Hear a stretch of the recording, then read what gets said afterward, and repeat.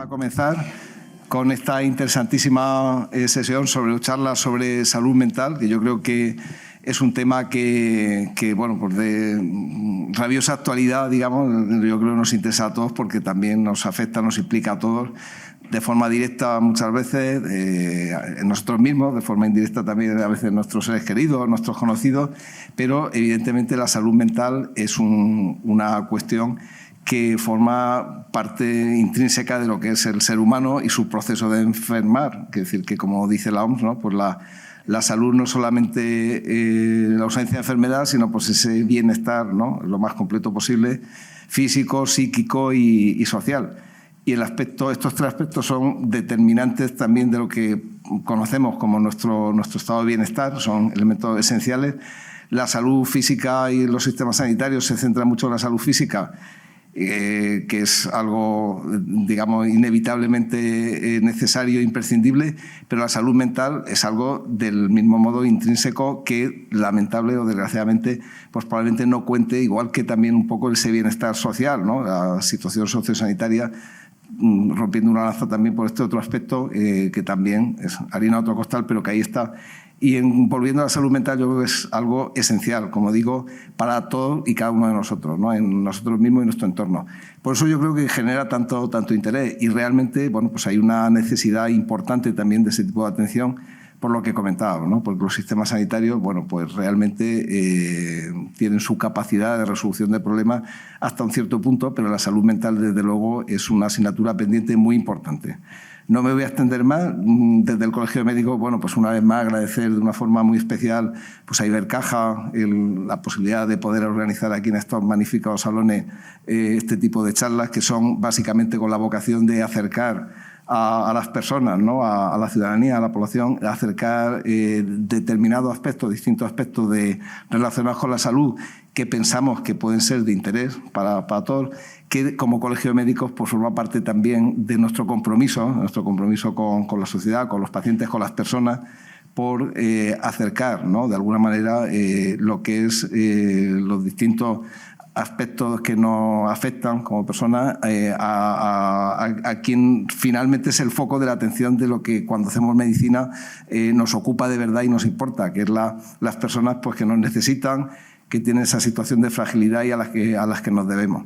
Entonces, bueno, pues como reflejo de todo eso, pues es un poco esta concurrencia. Muchísimas gracias a todos por asistir. Muchas gracias también a la Junta Directiva, de la que me honro presidir. Realmente hacen siempre un compromiso también importante, es una labor organizar este tipo de digamos, de eventos, ¿no? de cara un poco a la sociedad, de proyección, ¿no? Como decía, de lo que hacemos a la sociedad. Muchas gracias también al Departamento de Comunicación por la excelente labor que hacen, y de una forma muy especial pues quiero agradecer a dos excelentísimos, y lo digo en el sentido más emocional de la palabra, de la expresión, colegas que son auténticos expertos y referentes en la salud mental, que los considero amigos, y me parece que, bueno, que nos van a enseñar mucho esta tarde. Seguro que luego le podrán hacer también algunas preguntas y va a ser muy ilustrativo para todos. Muchísimas gracias a todo el mundo en general, como he dicho, y de forma muy especial para nuestros ponentes que nos acompañan esta tarde. Gracias.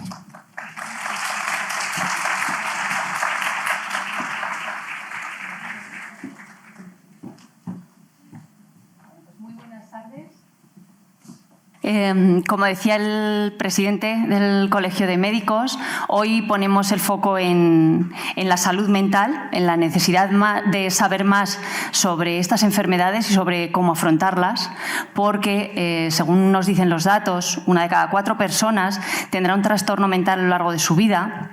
Y se cree que en el año 2030 será la principal causa de discapacidad en el mundo. Aquí vamos a abordar la salud mental en las distintas etapas de la vida y trataremos de acercarnos a las realidades que viven muchas familias. En esta jornada queremos aportar información y queremos hacerlo, como siempre, desde la evidencia científica y contando con profesionales que son expertos en estas materias, como decía el presidente, y con quienes vamos a hablar de la salud mental infanto-juvenil y de la salud mental en la edad adulta. Para esto nos acompañan, como están ahí anunciados, la doctora María Jesús Pérez Echeverría y el doctor Pedro Manuel Ruiz Lázaro. Así que adelante.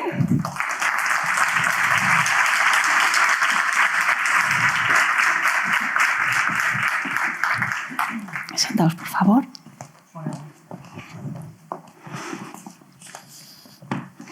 Bueno, pues bienvenidos. Gracias por participar en este ciclo del Colegio de Médicos de Más que Salud. Para empezar, bueno, vamos a hablar de la salud mental infanto-juvenil. Hasta un 20% de menores, niños y adolescentes tienen trastornos mentales y de comportamiento, así que bueno, vamos a conocer todos los detalles con el doctor Ruiz Lázaro, que le invito ya al atril, y mientras le voy a ir presentando, aunque siempre digo que resumo mucho sus currículums porque si no, no nos daría tiempo. Él es jefe de sección de psiquiatría infanto-juvenil en el Hospital Clínico Universitario Lozano Blesa. Es profesor asociado de psiquiatría también en la Universidad de Zaragoza, investigador en el Instituto Aragonés de Ciencias de la Salud y es coordinador del programa Zarima y Zarima Prevención, del que creo que nos va a hablar hoy o nos hará alguna pincelada. Y está muy vinculado a las asociaciones de pacientes, a la Asociación de Pacientes de Trastornos de Conducta Alimentaria, también de trastorno de déficit de atención e hiperactividad y de Asperger. Así que, bueno, adelante. Bueno, pues ahora se tiene que poner la pantalla que yo veo en la pantalla general. Se pone enseguida. Porque si no, yo la veo muy bien, pero la idea es... Ahí está. Bueno, pues empezamos. La cifra ya ha sido dicha, pero esto significa que 1 de cada 5 menores de 18 años tiene un trastorno mental o del comportamiento. En psiquiatría y en salud mental estamos dándole vuelta siempre a cómo denominar a las enfermedades, a los trastornos, a las condiciones, que es lo último que se dice, pero me voy a ir a las clasificaciones diagnósticas y parece que trastornos mentales del comportamiento es lo afectado por la Organización Mundial de la Salud, entonces no vamos a entrar en polémicas acerca de cómo llamar a los problemas de salud mental. ¿Y qué es lo más frecuente en las consultas de salud mental infanto-juvenil, de psiquiatría infanto-juvenil? Pues los trastornos del neurodesarrollo. Y dentro de eso tenemos los trastornos del espectro autista, que su prevalencia se estima en 1 de cada 58 personas, con claro predominio en varones. Una de las cosas que vemos en salud mental infanto-juvenil es que hay una sobrerepresentación de los varones del género masculino, sobre todo en los niños, y a partir de la pubertad las mujeres, el género femenino, va remontando hasta que nos duplica, como ya María Jesús más adelante. Pero en trastornos del neurodesarrollo, aunque estamos muy preocupados en detectar de forma adecuada en las mujeres los trastornos del neurodesarrollo, que, por ejemplo, en el caso de los TEA parece que hay un cierto enmascaramiento, porque las mujeres tenéis mejores habilidades sociales de por sí, tenéis mejor lenguaje, y eso hace, aparte de que sois más inteligentes, que enmascaréis mejor los síntomas del autismo, pues parece que también, por mucho que no detectemos bien a las mujeres, sí que hay más varones que mujeres. Y hablamos en este momento de 4-1. Y ese es uno de los problemas, el subregistro en mujeres. Y el otro problema es que tenemos que avanzar todavía en genética para encontrar posibles causas de los trastornos del espectro autista. Esto es curioso, ¿eh? Desde que hemos abaratado las pruebas genéticas hemos pasado a que ya un 30% de los casos de TEA encontramos causa genética y subiendo. Esto tiene que ver con el coste. Claro, cuando el genoma humano costaba $1.000 millones, curiosamente no había ninguna persona con TEA que tuviera causa genética. Ahora que un array vale 400 y un genoma trío hablamos de 600 euros, pues estamos cada vez pidiendo más pruebas y encontrando. Que esto no significa tampoco nada especialmente, porque tenemos que encontrar la causa genética, pero luego tendremos que hacer algo con esta etiología de cara al tratamiento para mejorarlos. A mí me gusta mucho el vuelco que le dio el DSM en su 5ª revisión de trastornos del neurodesarrollo, porque antes nos fijábamos en la conducta de los niños y se hablaba de trastornos de conducta externalizada, y el TDAH, el TEA, se incluían allí, y era un poco cajón desastre, y sin embargo tiene mucho más lógica esto, porque tiene que ver con el neurodesarrollo, como montones de trastornos mentales graves, como la esquizofrenia, como el trastorno esquizoafectivo, como el trastorno bipolar, como la depresión endógena, porque al final nuestro cerebro a lo largo del desarrollo se va modificando y la causa fundamental del trastorno mental grave está en cómo responde el cerebro al estrés, a las situaciones psicosociales, a las relaciones, al ambiente, a los acontecimientos vitales. Entonces, a mí me gusta mucho este autor, Gilbert, y se inventó este acrónimo que no os interesa mucho, clasificando todos estos trastornos del neurodesarrollo que los encontramos en los niños con mucha frecuencia, que con 5 o 6 años es un motivo muy frecuente de consulta y que se mezclan mucho entre ellos. El más prevalente, que esto quiere decir que nos encanta hablar, ya sabéis, a los médicos, raro, prevalente quiere decir número de casos en un momento dado. Si hacemos un corte en la población, ¿cuántos casos nos encontramos? 5%, siendo conservadores, de los menores de 18 años tienen un trastorno por déficit de atención con o sin hiperactividad. Si añadimos el trastorno de la coordinación motora, la torpeza motora, las dispraxias, que puede ser motricidad fina o gruesa, y que es muy frecuente, otro 5%. Los suecos inventaron este acrónimo, el DAM, porque vemos que hay muchos niños con TDAH que también tienen estos problemas de la coordinación motora. Otro problema muy frecuente, que también es muy comórbido, es decir, que aparece con frecuencia, es el trastorno oposicionista desafiante, que son niños pequeños que se comportan como adolescentes, dicen que no a todo, son especialistas en sacar de las casillas a las figuras de autoridad, entonces son unos niños fácilmente educables, que prolongan la adolescencia hasta edades elevadas. Y son un reto para la parentalidad, para la paternidad y la maternidad. Pongo aquí los trastornos de Tics y los Tourette, porque esto es una cosa curiosa. Al final, el trastorno de Tics lo vemos más los psiquiatras infantiles que los neuropediatras, porque solemos tratar la comorbilidad más que los Tics. Y entonces, normalmente los neuropediatras con buen criterio tranquilizan y dicen que no hay que tratar, pero derivan si detectan comorbilidad. Entonces los Tourette los vemos con bastante frecuencia.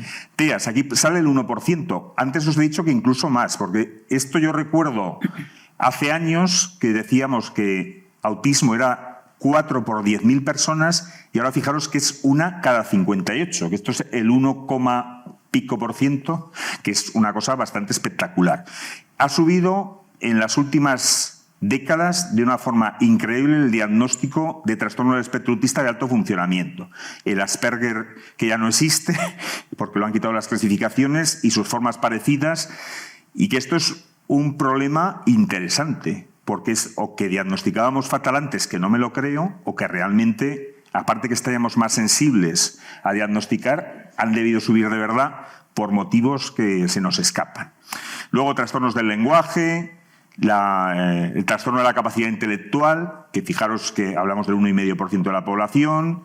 Muy interesante porque pronto va a haber enfermedades raras el día, los fenotipos conductuales de las enfermedades raras, que aquí, pues por ejemplo, tendríamos Cornelias de Langes, síndromes de Prader-Willi, montones de enfermedades raras que tienen afectación de síntomas de TDAH, de trastorno del espectro autista, de discapacidad intelectual o de autoagresiones.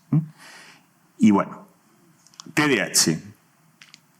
He dicho un 5%, pero hay gente que lo amplía. En Estados Unidos llegan a decir hasta el 15% en algunas series. Y fijaros, entre 4 y 8 veces más común en varones. En varones en menores de 18 años, porque a medida que vamos creciendo, se van equiparando las cifras, y el TDAH en adultos también es muy frecuente en mujeres. Y el 30-50% de los niños adolescentes con TDAH acabarán con síntomas que afectan a su funcionamiento diario y a su calidad de vida en la edad adulta. Y los que más tienden a persistir son realmente los que más afectan a la calidad de vida, que son la inatención en las funciones ejecutivas, la desorganización, la falta de planificación, olvidar cosas, procrastinar, que es una palabra preciosa que a mí me encanta, dejarlo todo para el último momento, que es típico de los funcionarios, de los españoles y de los TDAH. O sea que si eres funcionario español TDAH, no veáis lo que procrastina uno. Y la impulsividad, que hace que nos metamos en líos. Y lo que baja es la hiperactividad. Los niños megamovidos que no aguantan sentados, pues ahora sois los adultos que vais a aguantar aquí 1 hora y algo. espero que manteniendo la atención y sin que haya disturbios por vuestra impulsividad, si no os gusta algún comentario de los que hagamos aquí o en el coloquio. Y hablando de adolescencia, tengo que hablar de los trastornos de conducta alimentaria, porque es la tercera enfermedad de larga evolución más frecuente en la población de pacientes adolescentes. Ya sabéis, sobre todo, en este caso hay una sobrerepresentación femenina, 9:1, y afectan a personas de todas las edades, géneros, orientaciones sexuales, etnias y geografías. El perfil de mayor riesgo, mujer adolescente o mujer joven. La anorexia comienza antes que la bulimia o el trastorno por atracones, que son los que nos tienen que preocupar en la edad adulta, aunque el trastorno por atracones últimamente lo estamos viendo también en adolescentes con una cierta frecuencia, pero es increíble, en las muestras de pacientes con obesidad hasta un 30% tienen trastorno por atracones. Es una de las cosas que a veces se nos olvida a los médicos preguntar por los hábitos alimentarios de nuestros pacientes que vienen por otra cosa. Y desde la pandemia, la edad de inicio de la anorexia parece estar disminuyendo. Si antes hablábamos de un pico sobre los 16 años, ahora estaríamos en los 13. Siempre hemos tenido casos de niñas de 8 o 9 años, incluso de niños, pocos, afortunadamente, pero ahora la edad ha bajado mucho. Bueno. Y la prevalencia, hablamos de en anorexia entre el 0,5 y 1% y de bulimia del 2,4% en mujeres jóvenes, con inicio posterior. Y el riesgo entre un 4 y 12%.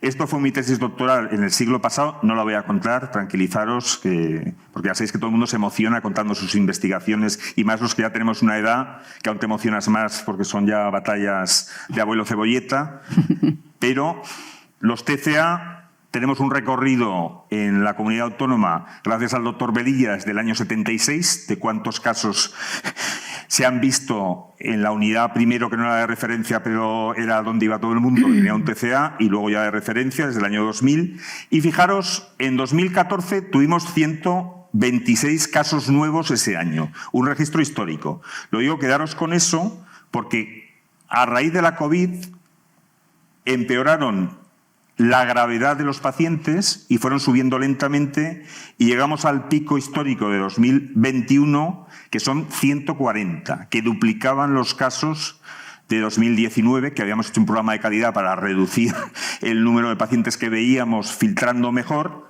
pero ahora no hay filtro que valga porque los pacientes están graves y hay que atenderlos. Entonces, bueno, esta es la típica diapositiva que no podéis ver, que sale las miles de consultas que vemos, para que veáis que se trabaja mucho en todos sitios.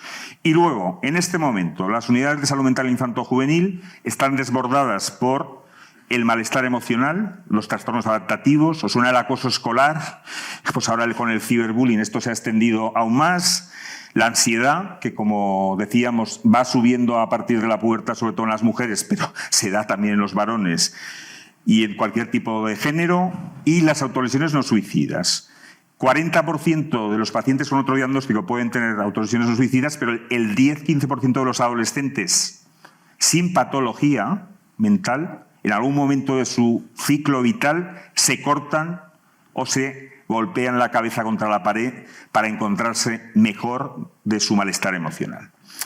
Las somatizaciones, esto los pediatras están hartos de ver abdominalgias, dolores de barriga por problemas escolares. El ánimo depresivo, que desde la pubertad vamos subiendo, sobre todo en el género femenino, pero que también los varones también nos deprimimos.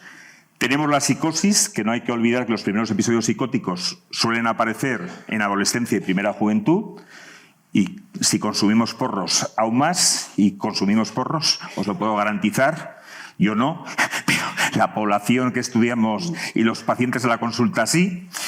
Y las adicciones comportamentales o sin sustancia. Bueno, pues ya no vamos a entrar en las pantallas, en las redes sociales, en el móvil, en que la media en España de utilización, incluyendo bebés y ancianos de 80 años, es de 4 horas y media al día, y en los adolescentes de 7 horas. Pues esto explica igual también algunas de las cosas que nos ocurren, y los tóxicos no se han ido, Sigue habiendo consumo de alcohol, que aunque es nuestra droga, sigue siendo pernicioso, y más en menores de 18 años. Una buena noticia, que desde hace unos pocos años tenemos un título los psiquiatras específico para la atención a la infancia y adolescencia. Se está negociando ahora con toda la polémica del plan de salud mental. Bueno, no voy a hablar por no entrar, pero uno de los temas era que también los psicólogos iban a tener especialidad, y en eso estamos de acuerdo, en otras cosas no. Y voy a poner unas pinceladas de cambios en la demanda: mayor malestar emocional, baja tolerancia a la frustración. Sufrir ahora es un problema de salud mental, cuando el sufrimiento forma parte de la vida cotidiana. Tenemos estas cosas que he comentado, los nuevos malestares, que nos preocupan mucho porque nos desbordan las consultas. De hecho, hay un protocolo, ya sabéis, que se activa en educación de suicidio, que el nombre está mal puesto, que es de malestar emocional. Llevamos 300 este año, en enero y febrero. Es decir, si seguimos a esta tendencia, van a ser 1.200 menores que no se quieren suicidar. Un porcentaje sí, que tienen malestar emocional. Entonces es muy importante que hagamos un buen filtro y una buena atención. Y luego es muy importante que estemos atentos a la diversidad cultural, familiar y sexual. La sociedad española afortunadamente ha cambiado mucho en los últimos 25 años, o bueno, ya no sé, ya más aún, en los últimos 50 años. Y afortunadamente esto refleja una diversidad a la que tenemos que estar dispuestos y preparados para atender. Necesitamos pues, profesionales de dispositivos específicos. Yo apuesto por la enfermería en centros educativos como agente de salud, también de salud mental. Tiempo, que esto estará totalmente de acuerdo María Jesús, para atender al trastorno mental grave, porque si nos perdemos en malestares emocionales no nos da la vida para atender al psicótico, al autista, al bipolar, a las personas con estos trastornos, que tenemos tendencia a cosificar a veces a los pacientes. Necesidad de formar atención primaria y pediatría comunitaria, porque que están los pobres como para formarles. Estresados, agobiados, sin tiempo para ver a los pacientes, pero es la base del sistema, que nuestra atención primaria funcione. Trabajar en promoción de la salud de prevención, y efectivamente aquí tenemos la experiencia del programa Zarima, que lleva 25 años de funcionamiento, y hay pruebas de que si hacemos la prevención de manera adecuada se pueden conseguir resultados. Y trabajar mucho en la resiliencia, es hacer a la gente resistente y flexible. Y yo siempre digo que estamos muy faltos de recursos ante la creciente demanda de atención, porque ya lo estábamos antes de la creciente demanda. Y la demanda se ha duplicado, incluso triplicado en temporadas.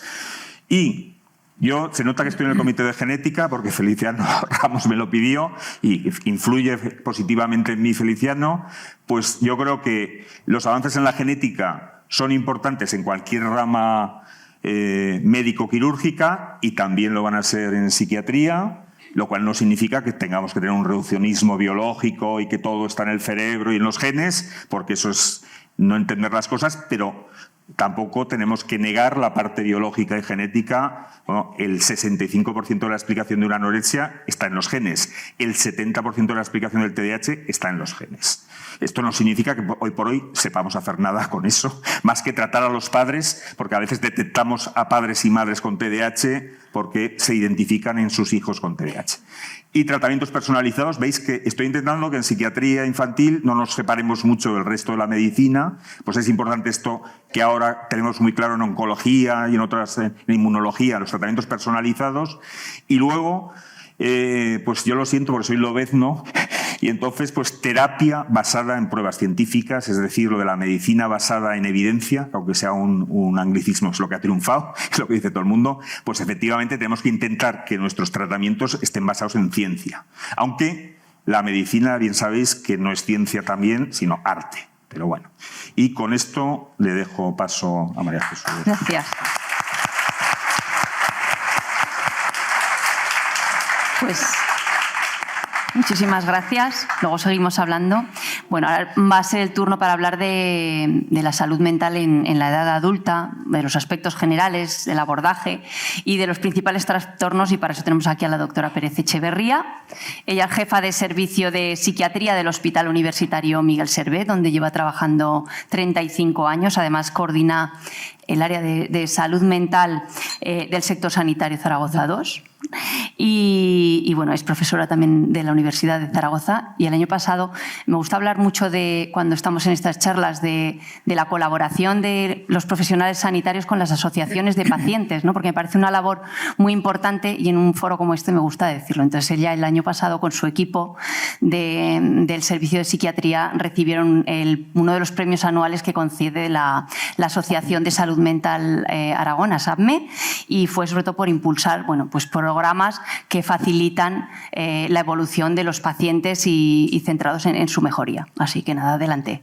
Pues muchas gracias. En primer lugar, agradecer a Ibercaja por el lugar, que no puede ser más imponente, desde luego al Colegio de Médicos, a la Junta Directiva, al Departamento de Comunicación y muy especialmente al presidente del Colegio de Médicos, a Javier García Tirado, que además de un compañero excelente y de un amigo entrañable, es para mí la encarnación pura de lo que es un médico con mayúsculas, a todos los niveles.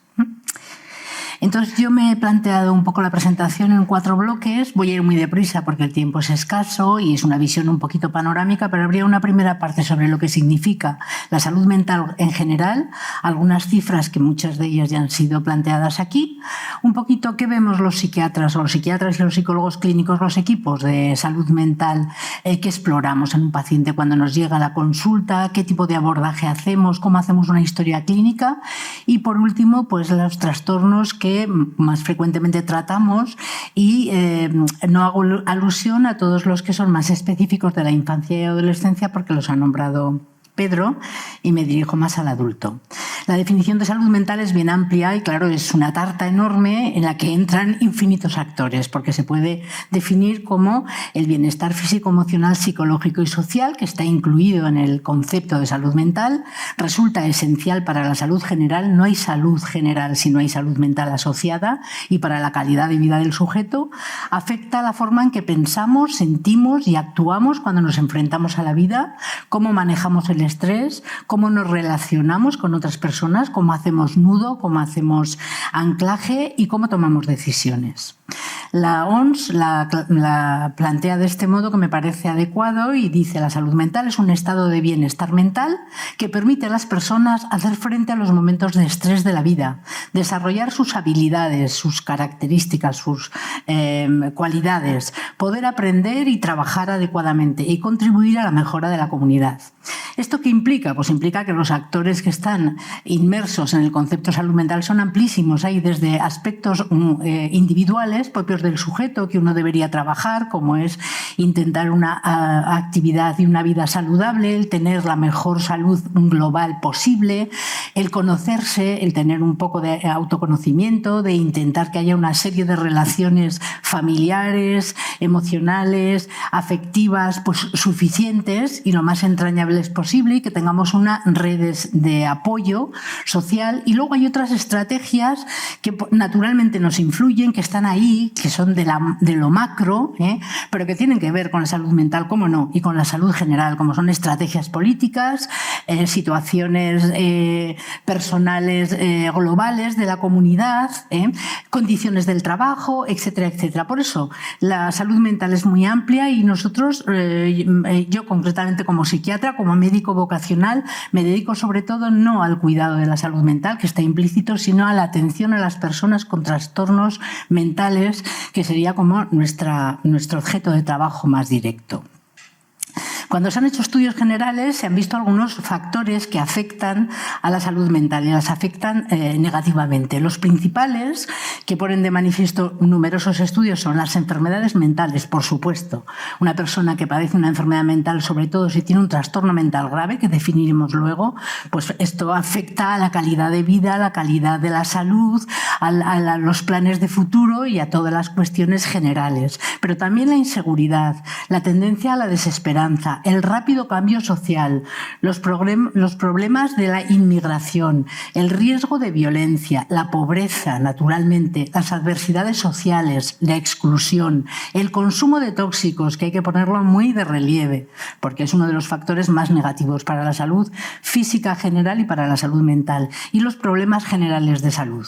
Pacientes que tienen enfermedades graves o que ven su vida pues complicada con un problema de salud que hace que tengan que recibir recibir tratamiento continuamente de manera crónica o de manera muy importante, o que se tienen que someter a circunstancias médicas adversas y diversas, naturalmente se resienten con respecto a la salud mental.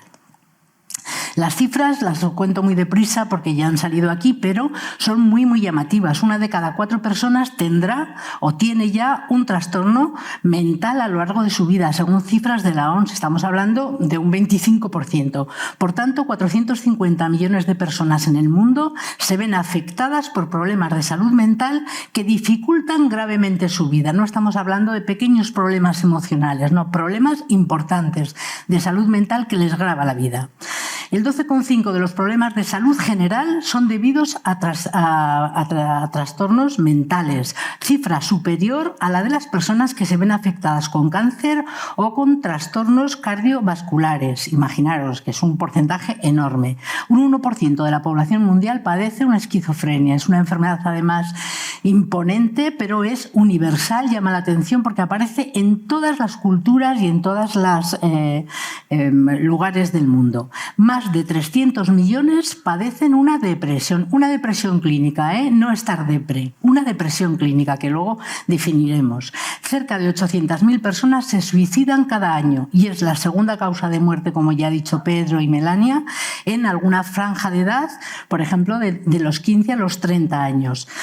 Es importante saber que los problemas de salud mental, como también ha dicho Melania al principio, serán la principal causa de discapacidad a muy corto plazo. Se sitúa en 2030. Y por último, el 50% de los trastornos, de los problemas de salud mental que vemos y tratamos en los adultos se han iniciado antes de los 14 años y el 75% antes de los 18. Por eso hay que reivindicar la figura del psiquiatra infantil y del psicólogo infantil cuando llegue el momento de los equipamientos de salud mental infantil, porque allí es donde se podría ejercer un cribado adecuado, una prevención más saludable y una detección de los problemas que ahí se inician y que luego acompañan muchos de ellos la vida del sujeto. Las cifras en España muy similares, y voy muy deprisa. Alrededor del 7%, 6,7%, de la población tiene un trastorno depresivo marcado, importante. Y una cifra muy similar tiene un trastorno de ansiedad. ¿Por qué lo marco aquí? Porque son los trastornos que más vemos en la edad adulta, por supuesto. En ambos casos son el doble las mujeres afectadas que los varones. Ya me ha preguntado antes por qué sucede esto, no tenemos muy claro por qué. No sé si se produce más o las mujeres hacen más demanda porque tienen más facilidad para expresar el mundo emocional.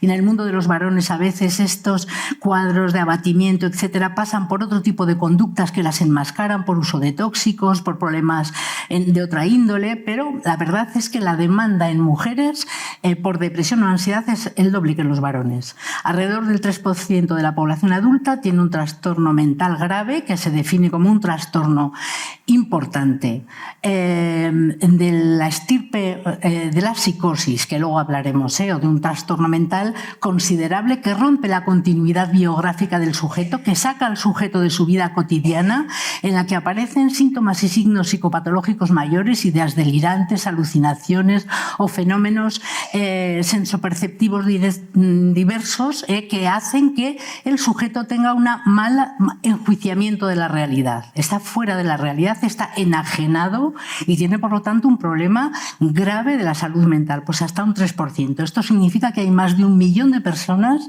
con un trastorno psicótico o similar, que tiene además suficiente duración como para complicar extraordinariamente la vida del sujeto y muchas veces hacer que 1/3 de ellos tengan que tener siempre a su lado una persona que les acompañe, incluso que les tutele. Más de la mitad de personas con un trastorno mental grave que necesitan tratamiento no lo reciben. Esto nos da mucha rabia porque entendemos que hay problemas de salud mental menores que se sobreestiman y la gente ahora que hemos pivotado un poco de esconder los problemas de salud mental a psiquiatrizarlo o psicologizarlo todo, problemas de la vida cotidiana que no requieren per se una atención sanitaria directa, que se pueden elaborar en otros contextos y de otras maneras, pues vemos que la la gente que verdaderamente tiene necesidad consulta poco y no reciben muchas veces el tratamiento adecuado. Por eso vindicamos mucho los pacientes que padecen un trastorno mental grave, porque son cuando abrimos un dispositivo, que a mí me ha tocado abrir bastante en el sector 2, en concreto 8 unidades de salud mental, rápidamente las unidades se rellenan de personas que con todo derecho vienen porque tienen un trastorno significativo, pero precisamente los más necesitados, los psicóticos, los que están más gravemente afectados, los que están en domicilio, los que están un poco, entre comillas, dejados de la mano de Dios, estos vienen siempre los últimos, hay que ir muchas veces a localizarlos y además lamentablemente los tenemos en muchas ocasiones, incluso en el momento actual, recogidos en la calle. Esto hay que decirlo porque hay pacientes muy graves, muy desasistidos. Y algunos de los que reciben tratamiento no reciben el tratamiento más adecuado. Entre el 11 y el 27% de los problemas de salud mental en España están en relación con el trabajo o con las condiciones del mismo. 8 de cada 10 personas con problemas de salud mental grave no tienen empleo. Bueno, ¿qué es lo que nosotros miramos cuando viene un paciente o nos deriva un paciente, por ejemplo, el médico de familia, que sería la vía más adecuada, pero otras veces pues otro especialista del hospital o gente que viene directamente porque hace una demanda? ¿En qué nos fijamos? Yo creo que los psiquiatras, lo debo decir, tenemos un enfoque bastante más humanista que en algunas de las otras especialidades médicas en las que, por supuesto, todo el mundo se fija en el paciente en su conjunto, pero nosotros damos mucha importancia a las características personales que tiene ese sujeto y nos fijamos fundamentalmente en la palabra, porque es el único medio de expresión que tenemos para llegar un poco al conocimiento del paciente y al caso. Entonces, imaginaros, estamos en un hospital o en un centro de salud, donde fuera, y recibimos un paciente. Pues, ¿qué datos recogemos? Los digo muy deprisa, pero porque veáis un poco cómo los abordamos. Pues miramos los datos de filiación, naturalmente. El motivo de consulta es muy interesante porque frecuentemente no coincide el motivo de consulta del facultativo que se deriva al paciente con la demanda real que el paciente hace, que tiene a veces una demanda explícita y otra latente que a veces no coincide. Miramos si en la familia ha habido o no antecedentes psiquiátricos. Es importante, por lo que hemos dicho, de la base genética, no solo de la genética, que es muy importante, sino también de la convivencia con enfermos mentales en el núcleo familiar, por ver un poco cómo ha sido el núcleo de origen del sujeto, etcétera, y también si ha tenido antecedentes personales de otro trastorno similar.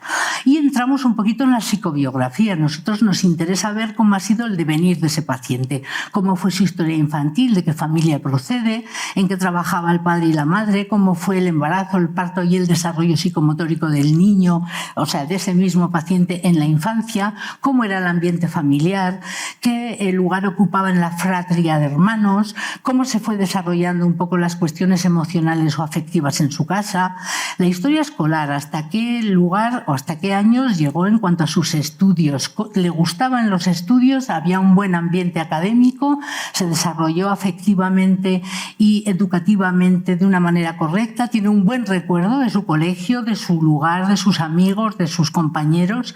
La historia laboral, muy importante.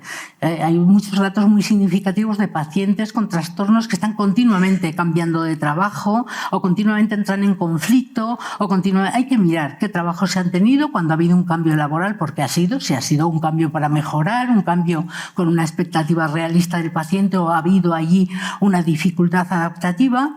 La historia sexual y marital, ver si el paciente está en pareja, vive en pareja, cómo fue su historia afectiva anterior, si tiene varias historias de parejas anteriores, si tiene hijos, cómo es el núcleo actual de la familia de ese paciente. Su historia médica, muy importante. Recordad, los psiquiatras somos médicos y eso es importante porque vemos muchísimos trastornos, muchos, que tienen que ver con enfermedades médicas generales. Cuidado con hacer un diagnóstico de un paciente depresivo solo porque la clínica así nos lo indica. Hay que descartar que haya otras circunstancias que generan trastornos depresivos per se, trastornos depresivos orgánicos, porque haya una patología cerebral, un tumor cerebral, una esclerosis, una corea de Huntington, una enfermedad de Parkinson, o porque se estén tomando medicaciones que modifican el tono del humor, los corticoides, tiroides, muchos otros factores médicos que se dan cita y que hay que tener en cuenta a la hora de hacer un planteamiento pues más efectivo y más realista de la circunstancia emocional del enfermo. Los datos de personalidad premórbida nos interesa saber cómo es ese sujeto, cómo se describe a sí mismo, o mejor, cómo lo describiría a su pareja o sus hijos, pues qué características tiene, si es un hombre jovial, abierto, trabajador, o si es muy pensativo, es perfeccionista, etcétera, por ver si lo que vamos en ese momento a observar tiene que ver con su naturaleza previa o bien ha supuesto una aparición de rasgos nuevos, una ruptura biográfica, como hemos dicho antes, que aparece en algunas enfermedades mentales y ver de qué naturaleza es. Una vez que vemos la historia actual, que ahí sí le preguntamos al paciente, es muy importante escuchar. Es muy importante escuchar. Hay muchas veces que estamos más preocupados por ver qué le tenemos que decir, qué tenemos que preguntar o qué intervención tenemos que hacer, y habitualmente lo que hay que hacer es escuchar al paciente que viene y te lo dice. Si tú le das espacio suficiente y tiene un tiempo razonable de libertad en una consulta médica, que a veces nos encontramos con el problema de que no contamos con este tiempo, el paciente te comunica habitualmente, si no en la primera, en las sucesivas intervenciones, donde entiende él que radica su problema. Hay problemas que requieren un ambiente de cierta intimidad, de cierta comunicación, ¿verdad? Pues un poco apacible, de que no haya personas entrando y saliendo, de que no haya un montón de estudiantes alrededor que producen ahí un ambiente que a veces nos complica un poco el dar y recibir información. Y una vez que el paciente te ha comentado las cosas que tú, por supuesto, luego vas guiando, si un paciente viene y te habla de un cuadro que a ti te hace pensar en una depresión, porque lo ves pues alicaído, con una pérdida de energía, con una tristeza, que es una tristeza patológica, no es la tristeza que tenemos las personas habituales a ratos, sino que hay un hundimiento profundo de la energía, de la capacidad para el disfrutar. Hay una anedonia, no encuentras placer en las actividades habituales, nada te mueve, has perdido un poco el norte, diríamos que estás desaferenciado. Pues eso naturalmente nunca viene a palo seco, siempre se acompaña de una alteración del pensamiento en el curso y en el contenido, pues en el sentido del cuadro depresivo, y entonces el pensamiento es más lento, se suele hablar más despacio, se está más distraíble, el rendimiento cognitivo e intelectivo es peor, desde luego se afecta al sueño, se afecta al apetito sexual. Es decir, una vez que el paciente te va contando la clínica, tú vas preguntando también por otras circunstancias que completarían el cuadro. Una vez que ves al paciente y él te comenta su queja, su motivo de consulta, haces un pequeño examen mental. Nos fijamos siempre en la conciencia del enfermo cuidado. Hay pacientes que nos parece que están absolutamente alertas y no lo están tanto. Eso sobre todo en el ambiente hospitalario, donde vemos gente enferma de otras enfermedades médicas, que tú vas allí 5 minutos y preguntas: hola, ¿qué tal se encuentra? Bien, bien. Bueno, pero hay que ver si luego esta persona mantiene el suficiente nivel de atención como para hacer pequeñas operaciones, porque a veces te encuentras con la circunstancia de que no es así, no mantienen el nivel de conciencia, porque aparece un delirium, un cuadro confusional o un cuadro cognitivo pues secundario a una uremia, que es tener alta la urea, o una insuficiencia renal, a tener descompensadas las cifras de glucemia, a que se tiene un tumor cerebral, una enfermedad cerebral o extracerebral que está afectando al cerebro y que hace que ese paciente aparentemente despierto no lo esté del todo. Hay que mirar, por tanto, si está orientado, si hace pequeñas operaciones matemáticas en el sentido de la memoria, la abstracción, pequeñita cosa, no haces un estudio cognitivo amplio, pero sí exploras las áreas básicas. Te fijas en el aspecto y la conducta. Te fijas en el habla y en la psicomotricidad. Los pacientes depresivos suelen estar o agitados o enlentecidos, no tienen la motricidad normal, ni tienen el flujo del habla normal. Está enlentecida o está empobrecida, o aparecen ideas del contenido y del curso del pensamiento que son notorias. Por ejemplo, un enfermo depresivo, en cuanto al contenido del pensamiento, pues te hablará de ideas de inseguridad, de ruina, de culpa, de preocupaciones por acontecimientos en los que se siente incapaz, de falta de apego ante las cosas. Algunos te dicen: es que no tengo capacidad para sentir. me encuentro frío ante las cuestiones y a veces en ese estado de cosas uno empieza a pensar que es para los otros un motivo de poca satisfacción personal, incluso un hándicap personal, y que aparezcan a continuación ideas de falta de apego a la vida, ideas de muerte o ideas suicidas o planes suicidas o gestos suicidas o suicidios consumados, pues tiene verdaderamente un cierto hilo conductor que tenemos que captar. Miramos la sensopercepción, si hay ideas delirantes, si hay alucinaciones, si hay algún fenómeno extraño, si hay ilusiones, siempre la afectividad. No se debe ir ningún enfermo sin preguntar por el tono de humor y sin preguntar explícitamente si vemos que el tono de humor no es adecuado y entendemos que hay una depresión que no es tan sencilla de ver, ¿eh? Hay depresivos que son o que resultan obvios, ¿no? Pues porque ellos mismos así lo sienten y lo expresan. Pero hay muchas más caras depresivas. Hay muchos depresivos que no vienen quejándose de la tristeza y de las quejas clásicas y típicas, sino que vienen con dolores diversos, con mal rendimiento, con una sensación de que están fallando, digamos unos equivalentes depresivos, una disminución del apetito sexual que no saben a qué atribuir, etcétera, etcétera. Hay que preguntar. Si nosotros creemos que el paciente está deprimido, hay que preguntar sobre las ideas y sobre la idea de muerte que siempre ronda alrededor y que muchas veces dices, esto le pondrá en la cabeza a él este planteamiento. No, señor, justo al contrario. Realmente al paciente le sirve el poder hablar de eso, que ha tenido una gran preocupación interna, que se ha sentido mal por tener esos sentimientos de poco apego o las ideas en concreto de suicidio o algo que se asemeje, y el tener allí un espacio donde se pueda hablar de estas cosas suele ser tranquilizador. Miramos si tiene conciencia de enfermedad y finalmente pues hacemos un diagnóstico, como en todas las especialidades, con un diagnóstico diferencial, y hacemos unas recomendaciones terapéuticas del tratamiento, si hace falta un tratamiento de urgencia o no. Hay pacientes que los ves y hay que ingresarlos, Hay pacientes que no, que demoras el tratamiento. Los tratamientos son siempre amplios. Miramos si hay circunstancias ambientales que les puedan favorecer. Por ejemplo, pacientes confusos en un hospital, decimos hay que dejar luz encendida por las noches, hay que poner algún objeto que resulte familiar, hay que identificarse continuamente, hay que repetirle en qué día estamos y que él está allí ingresado, sobre todo por la noche, que es cuando el nivel de confusión va a ser mayor. Hacemos un tratamiento psicofarmacológico en muchas ocasiones, yo os diría que en un alto porcentaje, aunque no siempre, con fármacos que ahora tenemos efectivos y eficaces, antidepresivos, neurolépticos, etcétera. Hacemos un tratamiento psicológico siempre, por lo menos, un tratamiento de un apoyo emocional que viene implícito en el tratamiento, incluso en el farmacológico. Yo no conozco a nadie, a ningún psiquiatra, que ejerza un tratamiento psicofarmacológico así, a palo seco.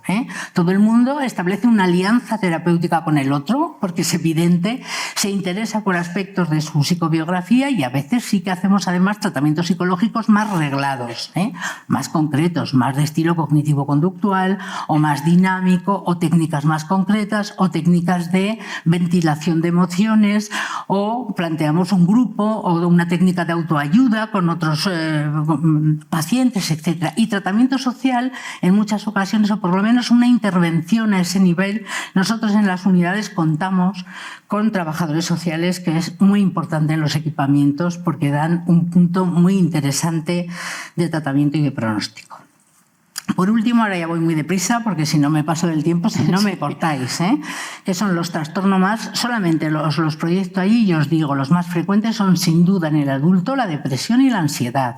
Dentro de la depresión, bueno, ya veis ahí están los mentales orgánicos. Esto, lo único que quiero decir allí, que hay delirium, demencia y otros, pero lo único que quiero recordar ahí es que hay siempre que preguntarse por cómo está la situación orgánica del paciente, no ir exclusivamente a lo que nos cuenta en cuanto a las emociones, que el enganche con lo biológico es muy frecuente, es muy común.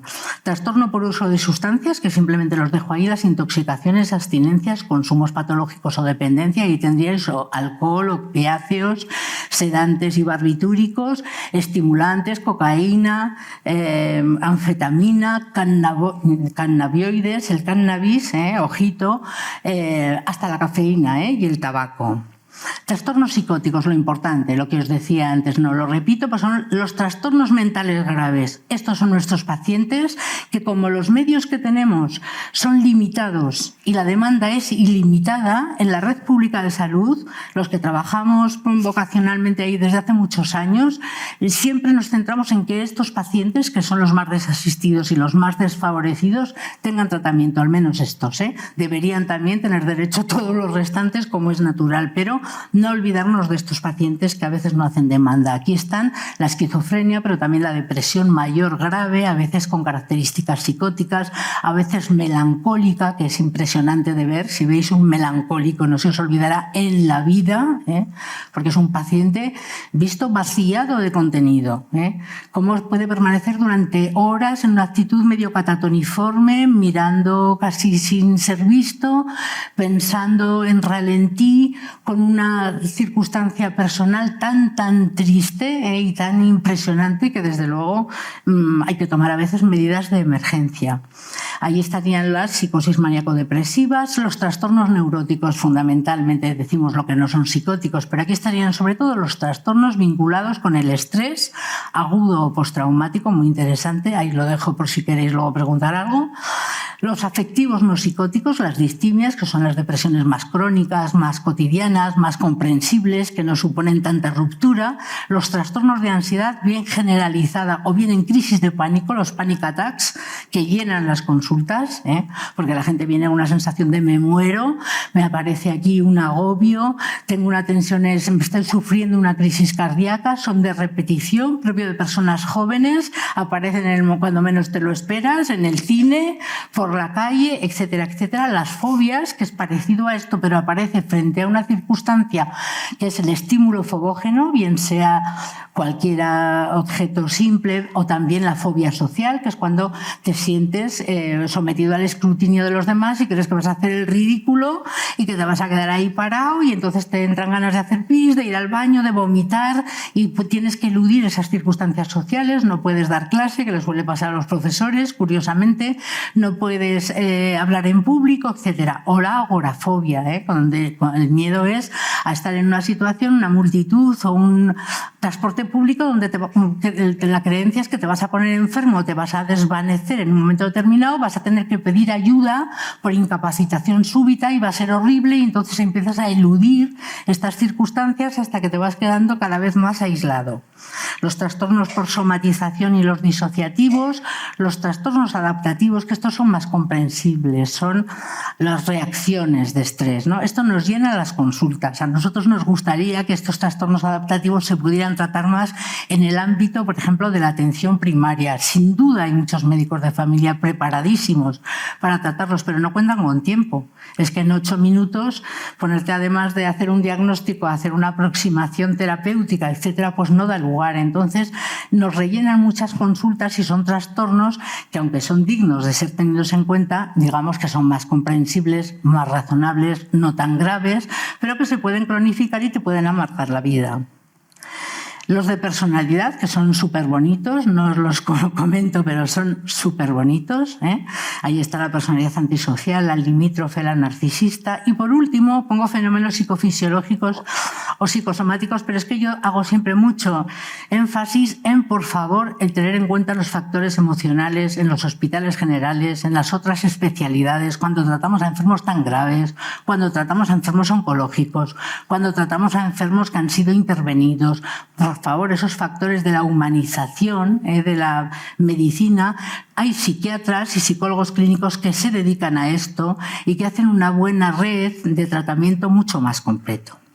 Y ya por último, solo lo pongo allí porque ya me callo, lo dejo ahí por si queréis preguntar luego al lugar. Pues yo aquí os he puesto cómo tenemos nosotros organizado en el sector 2, que es el sector sanitario más grande de Aragón, que tiene como referencia el Hospital Universitario Miguel Servet y que tiene un área poblacional superior a 400.000 habitantes, cómo tenemos organizada nuestro servicio en cuanto a las prestaciones y cómo con otras instituciones con las que colaboramos, porque la salud mental es un asunto de todos y es importante allí, desde otros puntos de vista, hacer masa y hacer fuerza. Las asociaciones tienen mucho que decir con respecto a esto. Los grupos grupos de autoayuda, asociaciones vecinales, etcétera, etcétera. Ahí lo dejo porque...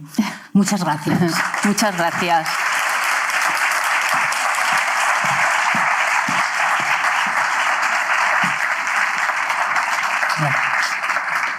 Bueno, muchas gracias.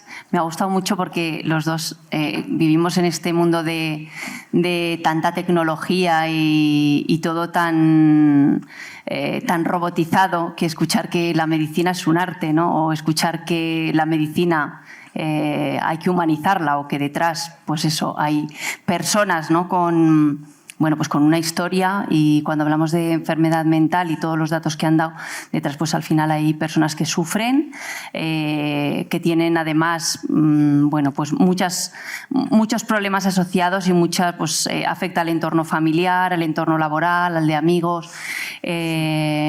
Vamos a intentar abordar por lo menos algunas preguntas. Yo empezaría por, ¿qué ha pasado con la salud mental? Hay un antes y un después de la pandemia. Todo ha sido a raíz de la pandemia. O sea, ¿qué ocurre con la salud mental? Hombre, evidentemente la salud mental ya estaba en alza antes de la pandemia, pero la pandemia fue el disparadero. Se hablaba, me acuerdo, cuando íbamos por la sexta ola en Aragón, de que la salud mental iba a ser la cuarta, porque no sé si os acordáis que ganamos en 2 olas al resto del país gracias a la dispersión del virus por determinadas zonas geográficas. Sector 3, por cierto, el mío. Entonces, es cierto que la pandemia fue un factor de estrés mantenido que no se esperaba la gente y que rompió las defensas de mucha gente. Y, de repente, yo creo que tanta exposición a pantallas, tanto tiempo recibiendo contenidos, también contribuyó a que se vulgarizase la salud mental, que eso tendría que ser bueno, pero no ha sido nada bueno, porque nos ha duplicado, triplicado la demanda sin que tuviéramos recursos para atenderla. Entonces yo creo que la pandemia se ha acabado, pero la demanda no ha bajado. Entonces fue como un desencadenante, un precipitante, pero esto se ha quedado, O sea, en este momento ha bajado un poquito el suicidio, por fin, que se supone que los expertos en suicidio dicen que sí que es cíclico y era previsible. Han bajado un poquitín los trastornos de conducta alimentaria, pero como habían subido tanto, pero el malestar emocional nos sigue desbordando, las urgencias están llenas de tentativas autolíticas, de autolesiones suicidas, y lo que hablamos, la psicosis no han bajado. Siguen ahí, el trastorno mental grave sigue ahí, y cada vez lo podemos atender peor. Entonces, y para mí la pandemia, en ese sentido, ha desenmascarado un problema y ha precipitado y ha agravado el problema. Decíamos que hemos pasado de no hablábamos de la salud mental, o era algo que daba como un poco de pudor o de miedo al que dirán, que nadie se entere, que hemos pasado a hablar mucho de salud mental. Ahí también lo digo por la parte que me toca de medios de comunicación y periodistas, pero no sé si lo estamos haciendo como algo de moda, si estamos banalizando, ¿no? y eso evita otras cosas. No sé si lo estamos haciendo bien o si estamos poniendo el foco en el lugar adecuado. Sí, yo creo que eso un poquito es lo que hemos hablado, ¿no? A raíz de la pandemia o de otras circunstancias de crisis que en otros momentos han sucedido, aparece una eclosión. Lo primero va la vida, y entonces la gente consulta por otras cosas, pero cuando el miedo se destapa, el miedo permanece ahí. Y ya en el momento de la pandemia, ¿verdad? Decíamos, se va a disparar luego las demandas. En este momento se considera que ha aumentado después de la pandemia de un 30 a un 35% la demanda en materia de salud mental, de niños y adolescentes especialmente, pero también de adultos.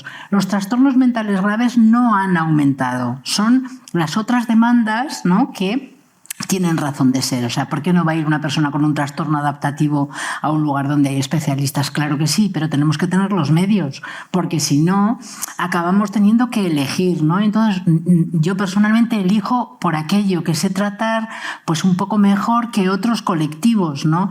Y hay asuntos de la salud mental general que lo puede tratar muy bien en otro lugar. Se puede tratar en la atención primaria, se puede tratar fuera de la sanidad, en grupos de otra naturaleza, se puede tratar en aspectos culturales. Entonces, ¿se ha banalizado? Yo creo que de alguna manera sí. Hay algunas influencers que lees que, bueno, pues están o muy depres o han tenido 5 tentativas la noche anterior y cosas así que, en fin, son las modas, ¿no? Siempre yo creo que se pivota. Pasamos de aquí a un poco al extremo, se estabilizará, ¿eh? Entonces, yo creo que hay que llamar problemas de salud mental o lo que es un problema de salud mental y lo que es un problema de la vida cotidiana, de la frustración de uno no es como se había supuesto que iba a ser, ni a nivel físico, ni triunfa en el trabajo, ni... Pues esas cosas hay que aprender otras estrategias para poder vivir establemente sin necesidad de hacer una demanda sanitaria. Que hablar de malestar emocional y trastorno mental son dos cosas diferentes. Sí, claro. De hecho, en comunidades autónomas ricas como Cataluña diferencian claramente. Hay una red de atención al malestar emocional en atención primaria con psicólogos sanitarios, no clínicos, pero tampoco hay tanto psicólogo clínico, y esto pues sería un motivo de polémica con los compañeros psicólogos clínicos que lógicamente reivindican que la formación no es igual con un máster general sanitario de la universidad que con una formación vía peer, pero claro, hacen su papel. Entonces realmente la atención a los problemas que tienen que ver con el bienestar emocional tendría que ser en primaria, tendría que ser comunitaria en asociaciones de vecinos, en centros escolares académicos. Y esta realidad, por ejemplo, en nuestra comunidad autónoma no existe nada de esto. Y aparte no llegamos ni a cubrir las necesidades básicas de psicólogos clínicos y de enfermeros de salud mental en las unidades de salud mental de infanto-juvenil y de adultos como para plantearnos este tipo de cosas. Pero claro, el problema es que al final esta demanda de la población, que tiene un malestar, repercute en el tratamiento adecuado del trastorno mental grave, del psicótico, del depresivo grave, porque el tiempo es limitado, ¿no? Y tenemos las consultas bastante desbordadas. Si hablamos de los jóvenes, a mí que trabajo en un ámbito universitario me sorprende mucho cuando oigo a jóvenes que yo los veo y pienso qué bien formados, ¿no? Y que no sé, los veo como tan inteligentes y que se mueven tan bien, ¿no?, por el mundo, y me sorprende cuando les oigo decir es que no sé qué hacer con mi vida, es que termino mi tesis y no sé qué hacer con mi vida, es que termino el máster y no sé qué hacer con mi vida. O sea, ¿qué les pasa a nuestros jóvenes? Pues es una preocupación porque últimamente hasta entre los psiquiatras y psicólogos en formación y residentes también tenemos muchas crisis vocacionales, muchos cambios de especialidad. Son cosas curiosas, ¿eh? Realmente siempre la juventud está en crisis. Esto no hay que irse más que a los griegos. Si leemos a Platón, esto iba a ser el fin de la civilización y luego los jóvenes sobreviven. Pero es verdad que hay un porcentaje alto, que no es la mayoría, porque yo creo que la mayoría de los jóvenes tienen un proyecto de vida, tienen una salud mental muy aceptable, un nivel de calidad de vida aceptable, aunque va a ser mucho peor, ya sabéis, de las nuevas generaciones respecto a los privilegiados, los boomers. Esto se acabó, ahora va a haber que acostumbrarse a otro nivel de calidad de vida. Pero yo creo que es verdad que aunque son una minoría que es el 25% igual que tienen un sufrimiento psíquico, una desorientación, una falta de proyecto de vida, una insatisfacción vital, que claro, eso es salud mental, pero no sé si nos tenemos que ocupar los profesionales de la salud mental, ¿eh? Que esto yo creo que tenemos que trabajar, también es verdad, desde la prevención, desde educar un poco en proyecto de vida, en tolerancia a la frustración, en aceptar que la vida está llena de frustraciones y es gris y que todo nos sale como decía. Ahora no tenemos el trabajo ideal, no triunfamos profesionalmente, económicamente, sentimentalmente, no tenemos 1 millón de likes en el Instagram que colgamos. Eso es fundamental, por supuesto, para la autoestima. Claro, pues este tipo de cosas yo creo que sí que se pueden educar, ¿eh? Y podemos disminuir, pero es verdad que es una realidad sociológica actual que nuestra tolerancia a la frustración como sociedad, nuestra capacidad de sufrir, y ahora no solo digo los jóvenes, yo creo que los adultos y los adultos mayores, ya sabéis que ahora ya no se puede decir ancianos, somos adultos mayores, ahora somos setsalescentes, que es mi futuro próximo ser eso, setsalescente, porque claro, ahora soy cincuentañero, que no cincuentón, y lo próximo seré setsalescente, que no sexagenario, que es una ordinaria. Entonces, claro, esto es tremendo, ¿eh? Cómo al final no aceptamos envejecer, no aceptamos ninguna frustración, no aceptamos ningún fracaso y estamos continuamente llenos de eso. Entonces, claro, yo creo que tenemos que hacer una labor de educación, que esto no tiene que ver con salud mental, de profesionales de salud mental, sino como sociedad, como educadores, como profesores, como maestros, como padres. Hablamos mucho de, pues eso, de ansiedad, de depresión, de estrés continuado, pero ¿qué enfermedades mentales son las que requieren más atención en el caso de un servicio de psiquiatría, por ejemplo, y que son más complejas a la hora de tratar? Sin duda, el trastorno mental grave, que tiene ese constructo, implica todos los trastornos psicóticos, por lo tanto, todos los trastornos que enajenan, que sacan al sujeto del poder hacer un enjuiciamiento de la realidad, que cuentan con síntomas mayores, por la esquizofrenia, todas las psicosis no orgánicas, porque estas las sacamos. Algunas depresiones psicóticas, que hay algunas gravísimas, las melancolías. ¿Por qué? Porque la clínica es muy grave, porque enajena en cuanto a la capacidad de enjuiciamiento, porque se prolongan mucho en el tiempo y porque producen un nivel de discapacidad en el sujeto y en la familia que lo padece muy grande. Eso es lo que caracteriza el trastorno mental grave, que es un constructo a nivel internacional. Todo el mundo sabe que un trastorno mental grave requiere de una puesta en marcha de los dispositivos específicos en materia de salud mental para el tratamiento. Es verdad que hay un criterio más amplio que a veces engloba también algunos trastornos no psicóticos, pero que pueden llegar a ser muy severos, como por ejemplo algún TOC muy grave que bordea la psicosis y que produce una gravedad para el sujeto muy grande. Y que TOC me refiero a un trastorno obsesivo-compulsivo. Algunos trastornos no psicóticos adquieren tal nivel de gravedad que se consideraría un trastorno mental grave. Esos son los que deberían ir, inexcusablemente, pero luego hay muchos otros que se benefician de venir.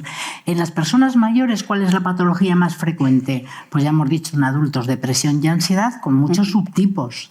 Por los trastornos de ansiedad hay todos estos que hemos nombrado.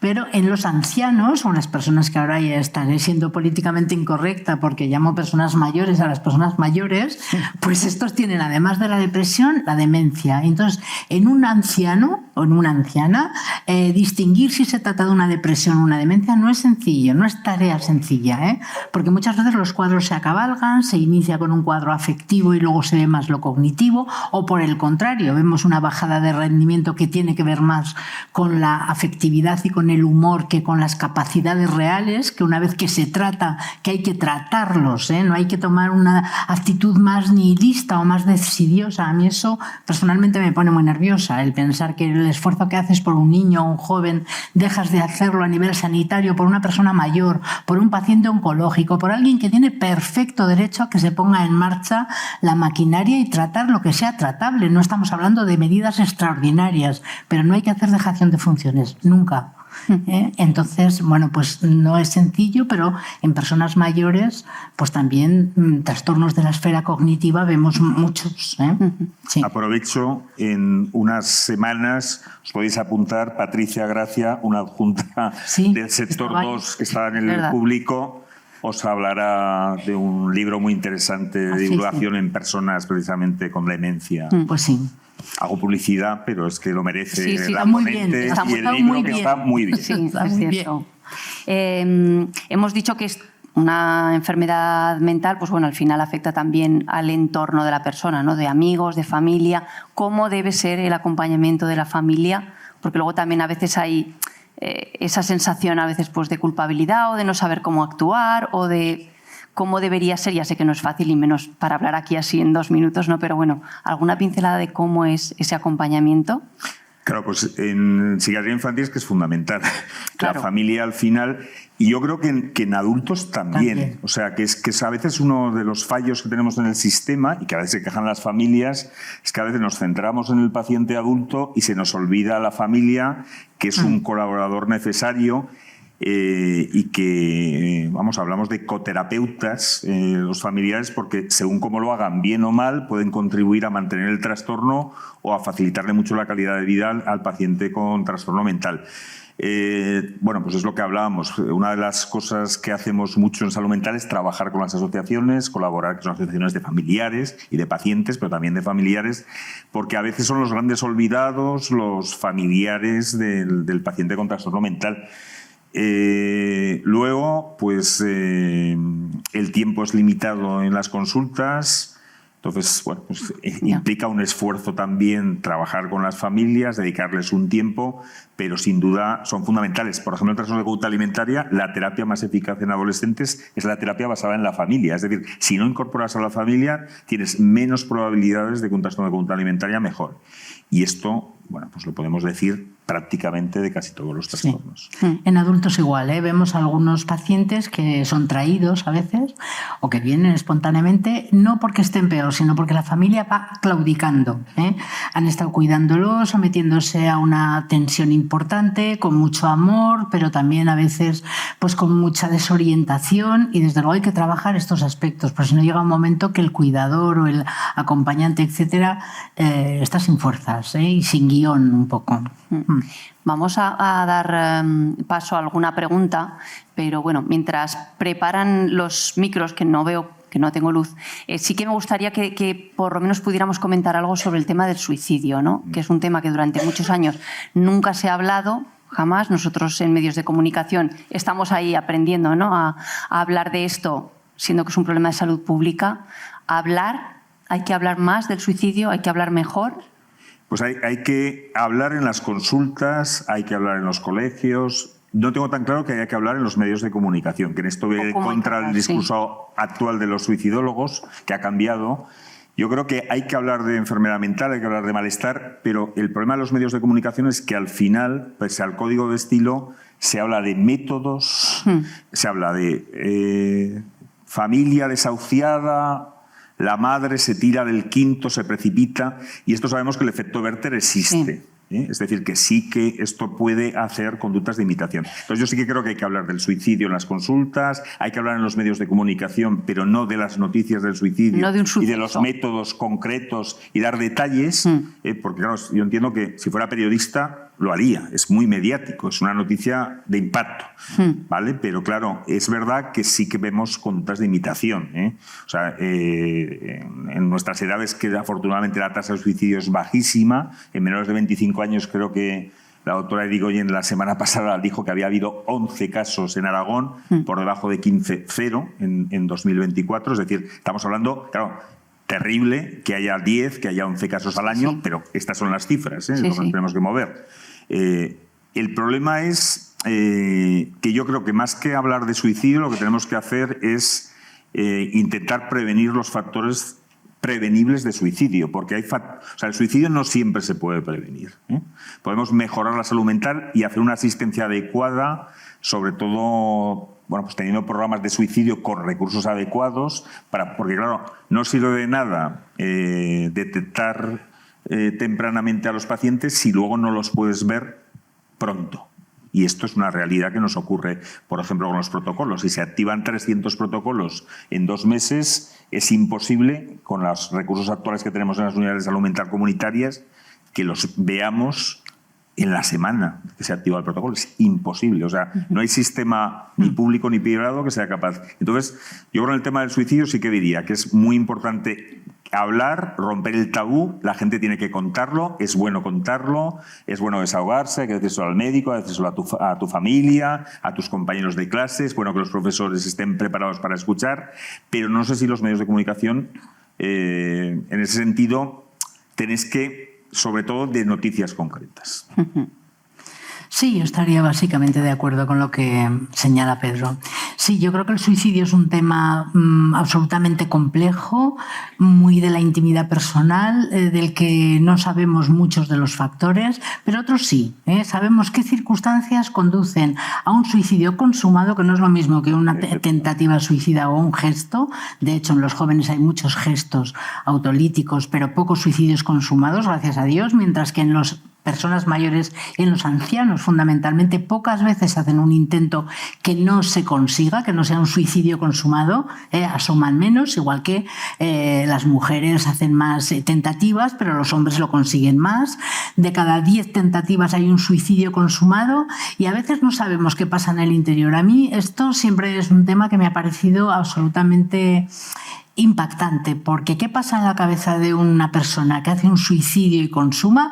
Es el enigma del siglo, porque algunos de ellos, ante suicidios muy graves que luego te han podido contar porque ha habido un rescate inesperado, muchos de ellos te dicen en el momento final no lo hubiera hecho así, no lo planifiqué tampoco de esta manera, hubo una cierta enajenación. Entonces, ¿qué datos conocemos? Conocemos alguno. Más del 90% de los suicidios ocurren en enfermedades mentales graves. Luego hay que tratar la enfermedad mental grave, es que esa es, y dentro de ellas las depresiones, con una diferencia abismal con respecto a lo restante, que sería después la esquizofrenia y también las adicciones.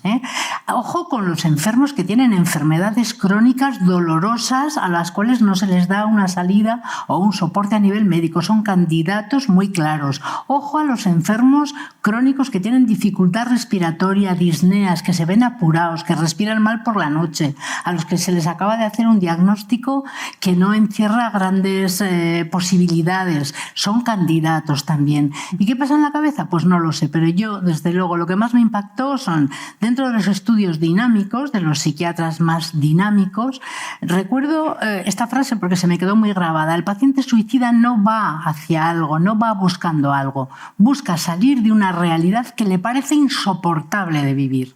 Luego tratemos un poco esa realidad previa si podemos, que no siempre se puede, no siempre se acierta y muchas veces sorprende, como la muerte, el primero al muerto y después a la familia.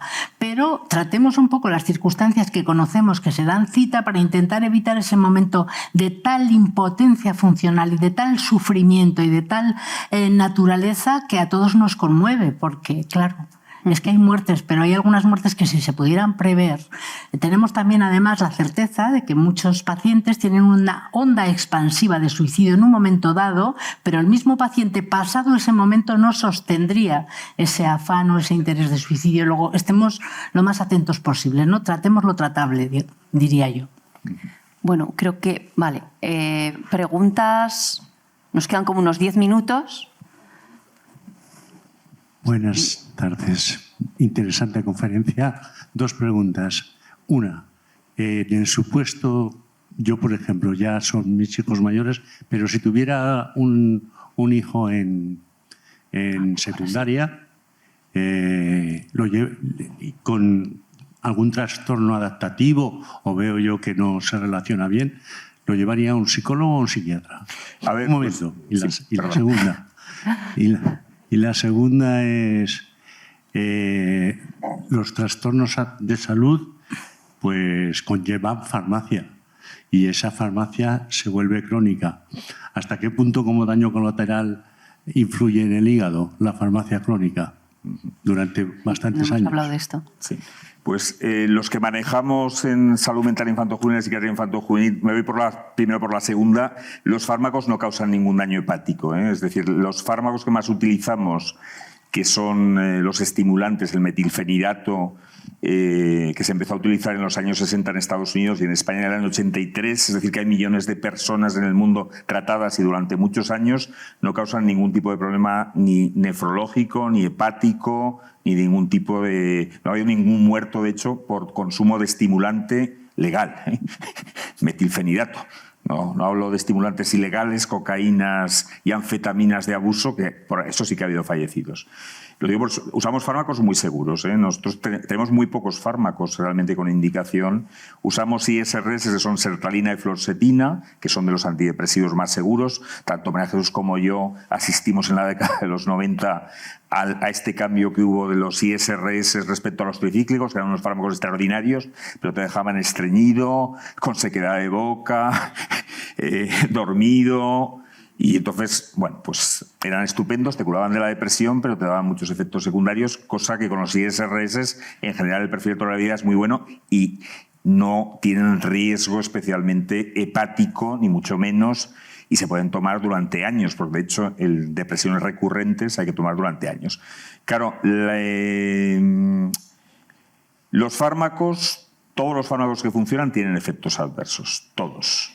Lo que ocurre es que hay que buscar efectos adversos tolerables, que sean transitorios, y hoy en día tenemos una farmacopea realmente amplia, aunque en mi campo más reducida, pero que nos permite perfectamente y personalizar e individualizar los tratamientos farmacológicos, que, como bien decía María Jesús, son una parte más de la terapia. O sea, no es muy importante el fármaco, pero, por ejemplo, hasta en las depresiones, hoy en día sabemos que si la gente hace ejercicio físico regular, hay metaanálisis que demuestran que se cura la depresión solo haciendo ejercicio físico regular al cabo de meses, ¿no? No es hacer 2 flexiones, ir un día al gimnasio y se te acaba la depresión. Y previene, ayuda a manejar mejor las emociones negativas, la ansiedad, la depresión. Trastorno adaptativo, me decías, pues en un adolescente de secundaria. Claro, pues en este caso, yo para un trastorno adaptativo, psicólogo. Problema, ¿dónde? Porque yo, por ejemplo, en mi sector 3, para que os hagáis una idea, que mi sector tiene 330.000 habitantes, es el segundo más después del 2, pero de infantil, curiosamente, estamos igual de poblados que el sector 2. Son 55.000 lo que tenemos que atender. Tenemos un psicólogo clínico para los 55.000 menores. ¿Vale? Entonces, cuando hablan de la ratio, de que en Aragón está por muy debajo de la ratio nacional y muy debajo de la ratio europea, yo cada vez que oigo ese comentario, a mí me entra úlcera. Porque, claro, yo tengo una excelente psicóloga clínica para atender a 55.000 menores. Entonces, recurrimos gabinete estupendo que funciona súper bien de bienestar emocional del Instituto Aragonés de la Juventud. ¿Vale? Ahí, Espacio Joven Baltasar Gracián, el Gobierno de Aragón, desde la anterior legislatura, y lo ha mantenido el actual gobierno, tiene un gabinete de bienestar. Entonces, vamos recurriendo a todas las asociaciones que hacen trabajo psicológico, pues desde ASADME, AZDA, porque, claro, nuestros recursos no nos permiten tener una asistencia psicológica en una unidad de salud mental que debería poder ofrecerlo, pues podemos atender a un porcentaje muy bajo. Entonces, lo que hacemos es derivar y intentamos quedarnos con los casos más graves. Entonces, trastorno adaptativo lo podríamos ver también los psiquiatras, pero hay que verlo. Yo, si tuviera que elegir, psicólogo. Sí, yo solo vería, porque hay trastornos adaptativos leves, severos y bien graves, crónicos, largos, medianos. Entonces, la verdad es que nosotros en las unidades de salud nosotros tenemos más psicólogos. Clínicos tampoco una barbaridad. Escaseamos. Tienen 5, te lo digo yo que me lo sé. Tenemos 5 en la unidad de salud mental infanto-juvenil de ambulante, sí, pero tenemos 2 dentro. Tenemos otros 2 psicólogos en el área infantil. Bueno, nosotros estamos 34 psiquiatras, 26 psicólogos clínicos, 44 enfermeras especialistas, 5 trabajadoras sociales, 4 terapeutas ocupacionales, y lo que no tenemos es auxiliares, que son muy interesantes en el ámbito de la psiquiatría. Y jamás nos planteamos, ¿vas a ser tú o voy a ser yo? Habitualmente hay mucha tarea común. Quiero decir, sí hay un perfil de paciente que ve el psiquiatra fundamentalmente, otro que ve el psicólogo fundamentalmente, pero luego hay una amplia gama de enfermos que vienen con trastornos que se ven indistintamente, se ven por parte de los dos. La trabajadora social ejerce, hay un trabajo ahí, lo que se entiende por un trabajo en equipo, que no quiere decir que todos hagan todo. Cada uno desde su saber hace una aportación y desde ahí sale un producto final que nos parece que es el de mejor calidad. Desde luego muy por debajo de lo que necesitaríamos, también te lo digo, y esto nos ha costado la vida misma, porque vamos, es un rompimiento cada vez que pedimos un facultativo. Estamos más o menos a la mitad de lo que necesitaríamos para que se funcionara bien. Tenemos mucha esperanza. Nosotros ahora tenemos un director general de salud mental que yo aprovecho para decirlo, procede de nuestro servicio y es una persona extraordinaria, mente buena y capaz, y que no dudo que tiene la mejor de las intenciones. Lo que pasa es que luego los medios son muy precarios y vamos consiguiendo muy poquitas cosas y muy con cuentagotas. ¿Alguna pregunta más? Bueno, después aquí, ¿vale?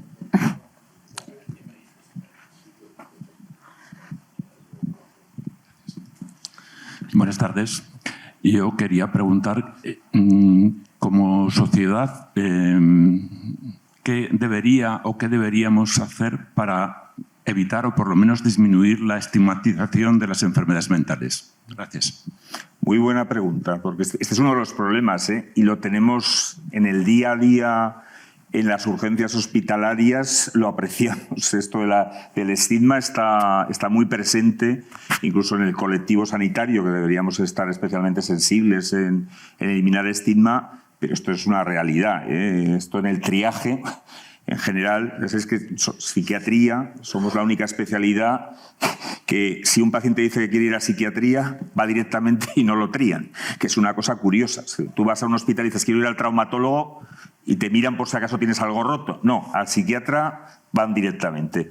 Porque sí que es verdad que seguimos teniendo que trabajar mucho en quitar estigma y que los propios sanitarios se den cuenta de que la enfermedad mental, como bien se ha dicho, es igual de importante que la física y aparte es que van unidas. O sea, como bien decía María Jesús, tenemos una enfermedad física, nos afecta lo mental y muchas veces detrás de las enfermedades mentales encontramos causas físicas tratables, vamos, montones además. Y de hecho cuando a veces, por no pensarlo, demoramos la intervención adecuada. Entonces, es una labor como sociedad que efectivamente tenemos que quitar el estigma. Que esto... Por un lado estábamos hablando de que no hay que vulgarizar la salud mental, pero sí que hay que hacerla, sí que hay que normalizarla. Entonces, todos los que estamos en esta sala podemos tener un problema de salud mental y la probabilidad es muy alta que lo tengamos a lo largo de nuestra vida. Como podemos tener un ictus, como podemos tener diabetes, como podemos tener hipertensión, como nos podemos romper la pierna. Entonces, bueno, pues lo que tenemos que hacer es darnos cuenta de que somos cuerpos con mente y que tenemos enfermedades psicosomáticas que, estando María Jesús, hay que recordarlo especialmente, que es muy difícil separar las cosas unas de otras, todo nos repercute. Pero es verdad que tenemos una labor importantísima, pues que incluso en el colectivo sanitario a veces el estigma es una cosa que sufrimos, por supuesto, los pacientes y a veces también los profesionales que nos dedicamos a la salud mental, que nos sentimos un poco como las ovejas negras en el hospital, como los peor tratados en ese sentido, como los raros del hospital. Sí, yo estoy de acuerdo con lo que dice Pedro. Yo creo que lo primero que a nivel social sería importante es desvincular peligrosidad o violencia de enfermedad mental. Esto es una de las cosas. Es verdad que hay enfermos mentales que no tienen conciencia de enfermedad. Es verdad que el 50% de los pacientes que tenemos ingresados en planta de agudos lo están de manera involuntaria. Ha tenido que intervenir el juez para que ingresen. También es verdad que de ese 50% después menos de un 5% se mantienen en la planta de manera involuntaria en el momento en que les pones tratamiento y que se dan cuenta bien de cuál es la situación y que pueden escuchar a la familia y darse mejor cuenta de lo que está pasando, pues se mantienen voluntariamente, pero vincular que hay un problema de violencia, de agresividad, de agresión por una enfermedad mental son los menos. Es verdad que la violencia de un enfermo físico psíquico es un poco más inesperada, ¿no? Diferente, pero la inmensa mayoría de los actos violentos y de la peligrosidad social, etcétera, no se vincula con un trastorno mental para nada. Eso es muy excepcional. Luego hay que desvincular dentro de la patología mental bien las cosas. No es lo mismo un enfermo psicótico que una enfermedad de la personalidad, que un trastorno de la personalidad, que una sociopatía, que son poquitos casos, pero que ese es un caballo de batalla. Nuestras enfermeras, que son fantásticas, porque además la enfermería en salud mental es una enfermería especializada, hacen muchas cosas de manera autónoma y muchas toleran muy bien cuando hay una dificultad de manejo de un psicótico y no lo toleran tanto cuando el paciente es un psicópata en el sentido de que tiene un trastorno de la personalidad, porque entendemos que el paciente ahí tiene que colocar límites. Lo mismo que a nivel judicial no se contempla igual un acto que se desarrolla en el transcurso de una psicosis, donde, como hemos dicho, la capacidad de enjuiciar la realidad está mermada, que un acto que se realiza en el transcurso de una psicopatía, donde el paciente puede tener dificultades con la ley, pero tiene conciencia del bien y del mal y de hasta dónde llega el límite. Entonces, mucho problema ¿dónde está? También en las toxicodependencias vienen gente que está muy absolutamente con una conducta muy anómala, pues porque están intoxicados o porque están en abstinencia o porque... Es decir, hay muchos factores ahí que influyen y yo creo que sí que socialmente hay que empezar a considerar este tipo de padecimiento como otros, con sus características específicas que las tiene naturalmente, igual que el enfermo hepático pues llega y vomita, u otros enfermos pues llegan y respiran con dificultad o tosen o tienen flemas o tienen, cada uno tiene, ¿verdad?, su área más específica, pero luego el malestar y la enfermedad es común y hay que hacer un abordaje razonable. Cuando decimos antes que los los jóvenes ahora están desnortados, pero es que hay que encender la tele, ¿eh? Es que el mundo está también, porque cada vez que abres el telediario dices, pero ¿qué está pasando? Este se ha liado con este otro. Bueno, es que hay como una especie de enloquecimiento, ¿no? General, en el sentido así coloquial del término, que está ahí, y que socialmente influye porque vivimos un tiempo con unas premisas que duran 5 minutos. Sí. Hombre, Trump, por ejemplo, ha contribuido mucho al estigma hace nada con declaraciones acerca de los controladores aéreos y los accidentes. Entonces, claro, quedan todos enfermos mentales gracias a Biden, que había hecho que hubiera discapacitados en la administración. Entonces, estupendo. Todo de una profundidad y de unos mensajes saludables. Tenemos una pregunta ahí detrás y, bueno, otra ahí y una aquí y tenemos ya que cerrar, ¿vale? Adelante. Sí, soy Antonio Portolés, compañero de Pedro y María Jesús, y os felicito por la exposición y os lo agradezco porque nos habéis puesto al día en la psiquiatría, para los legos más subjetiva y para vosotros algo en el siglo XXI objetivo y basado en la evidencia. Chapó. Yo quiero vuestra opinión sobre 2 asuntos. Primero, no estoy de acuerdo con la definición de la OMS de salud. Bienestar físico, mental y social. Eso es una utopía, no es una definición. Y puede causar trastornos. Si nos ponen en este punto con esa definición, puede causar trastornos. En segundo lugar, comentábamos con Jesús Sardeña muchas veces, no existe una persona sana, sino un paciente mal historiado o explorado. ¿Existe algo así en la psiquiatría? Es decir, ¿nacemos ya con algún bagaje de diferente funcional psíquico? Muchas gracias. Hay una pregunta más aquí y vamos a tener que cerrar, si acaso. Ahí, por ahí en el centro, pero que no la veo, ahí, justo en medio de la sala. No sé si la... Muy breve, por favor. Sí. A ver, ahora se habla mucho de la meditación en el tema de la salud mental.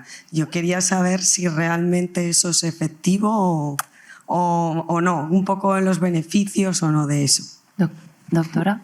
Sí, bueno, yo primero darle un abrazo enorme a Antonio Portolés, lo mejor que se ha tenido de médico en el Miguel Servet y a todos los niveles. Bueno, internista, endocrino, hombre sabio y hombre bueno, no te puedo decir más.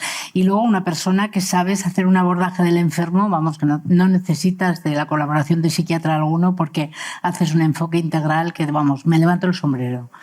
Entonces, es verdad, la definición de la OMS en cuanto a la salud general y a la salud mental pues es un desideratum, es un viva Cartagena y lo que a todos nos gustaría, ¿no? Pues a la luz, pues bienestar psíquico, físico, emocional, universal, etcétera. Pero, bueno, de ahí luego hay que bajar un poco el suflé y, bueno, pues muchas veces lo que él quiere señalar, la OMS, es que no solamente son las enfermedades lo que hay que abordar con respecto a los temas sanitarios, sino que hay otras cosas que no debutan como una enfermedad tan concretada, pero que tienen un profundo malestar y que pueden tener repercusiones negativas. Pero efectivamente ya me gustaría a mí conocer a algún sujeto de estos sanos que seguramente está muy mal historiado. Quiero decir, a nivel psíquico, además, cada uno tiene tenemos nuestras características, nuestros rasgos de personalidad que, hombre, procuramos que sean lo más armónicos posible. Pero, bueno, si hay algo donde la subjetividad y donde la variante personal tiene un peso, es en lo nuestro, eso es evidente.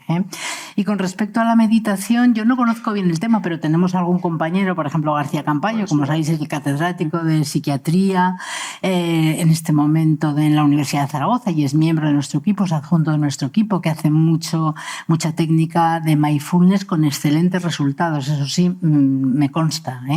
Y yo creo que el autoconocimiento, el tener una actitud contemplativa, el poder un poco frenar el tiempo, el intentar una actitud de atención plena, que es al final lo que se procura con esos medios, el tener una facilidad para relajarse muscularmente y a otros niveles, el tener un proyecto de vida y el tener un mundo creencial interesante y de los que no están al albur de la moda del momento, yo creo que ayuda al equilibrio emocional, pero esto es una percepción. Y luego es verdad que precisamente gracias a Javier García Campayo y otros investigadores cada vez hay más pruebas científicas de que sirve aparte que para aumentar el bienestar emocional, que eso es indudable, también para determinados trastornos, determinados síntomas, sí que hay pruebas que ensayos controlados, que es como lo hacemos, que en un grupo control no se hace nada, se hace una cosa que no sirve, y en el grupo experimental hacemos la meditación, la técnica contemplativa, la psicoterapia de tercera generación que sea, el yoga, lo que sea. Se ve que en los que sí que se emplean este tipo de técnicas de meditación, de atención plena, contemplativas, las que sean, porque además hay un abanico ahora amplio, se encuentran diferencias estadísticamente significativas entre unas personas y otras en síntomas concretos, que sí que, igual que hace 15 años, Javier, cuando le preguntabas, pero esto tiene indicación para la depresión, tiene indicación para la ansiedad, te decía, pues hombres, para mejorar el bienestar emocional. Ahora ya podemos decir que se emplea y se mejoran síntomas en trastornos de conducta alimentaria, con el mindful eating, se emplea en ansiedad, en manejo de estrés, en estrés postraumático. Es decir, que sí que sabemos que cada vez hay más pruebas científicas. ¿Esto significa que todos tenemos que hacer meditación? No. ¿Vale? Pero significa que es una técnica que puede ser útil para mucha gente. Como bien decía María Jesús, nos tenemos que conocer. Hay gente que es imposible que se relaje y que medite, y que se estresa muchísimo en las terapias de mindfulness, de atención plena, esos que no lo hagan, porque salen fatal. La mayor parte de la gente no sienta bien, pero hay gente que le sienta fatal. ¿Vale? Todo al final tiene su indicación y sus rasgos de personalidad que le van bien o le van mal. Salud mental hay que integrar mucho, ¿eh? Sí, muchas terapias, muchas técnicas. Lo que yo parto de un supuesto que es que lo que sirve vale, ¿eh? Y entonces hay personas que se basan un poco la mejoría en determinadas circunstancias y hay que hacer un trabajo un poco de conjunto. Por eso los equipos son tan multiprofesionales, porque cada uno tiene su visión que complementa la del otro y no se justapone, sino lo contrario. Yo creo que hace mucho que la gente ya no tiene esa posición más sectaria, es decir, tiene que ser el psiquiatra, tiene que ser el psicólogo. Pues bueno, es un conjunto de personas que trabajan con el mismo objeto de trabajo, que es el enfermo con problema de salud mental, y cada uno aporta según su saber. De hecho, es una de las cosas que les preocupa mucho a los gerentes, que nos gusta reunirnos, los equipos, trabajadores sociales, enfermeros, psicólogos y psiquiatras, y esto lo llevan fatal porque es tiempo para ellos poco útil y para nosotros es súper importante para atender bien a los pacientes. Y el paciente ya ni te cuento. Venga, una última pregunta, que si no nos van a cerrar. ¿Quién la tenía? Las palabras de María Jesús, sin duda, es el fruto afectivo de nuestra amistad. Muchas gracias, pero quería aportar la definición de Irene Vallejo, que hizo en la Academia sobre salud. Para ella, salud es algo sorprendente, maravilloso, hecho de la urdimbre con la que se tejen los sueños.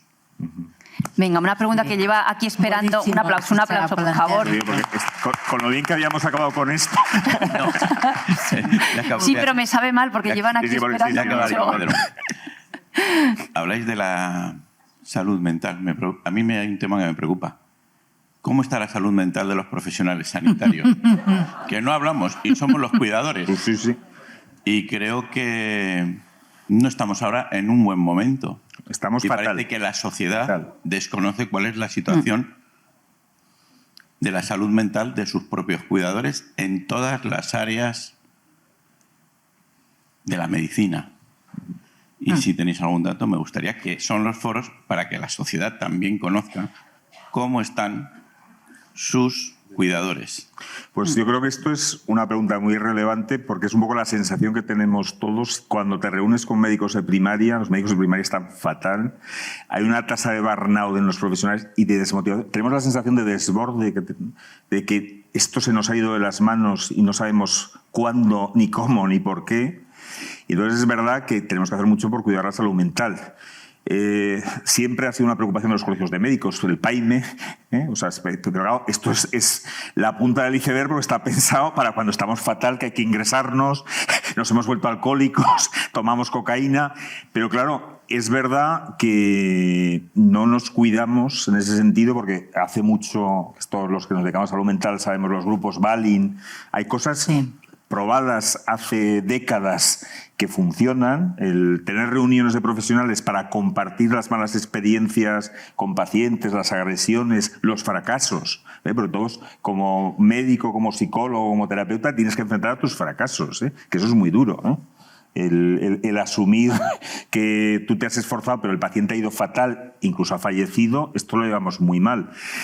Y claro, la sensación es que además no nos cuida nadie.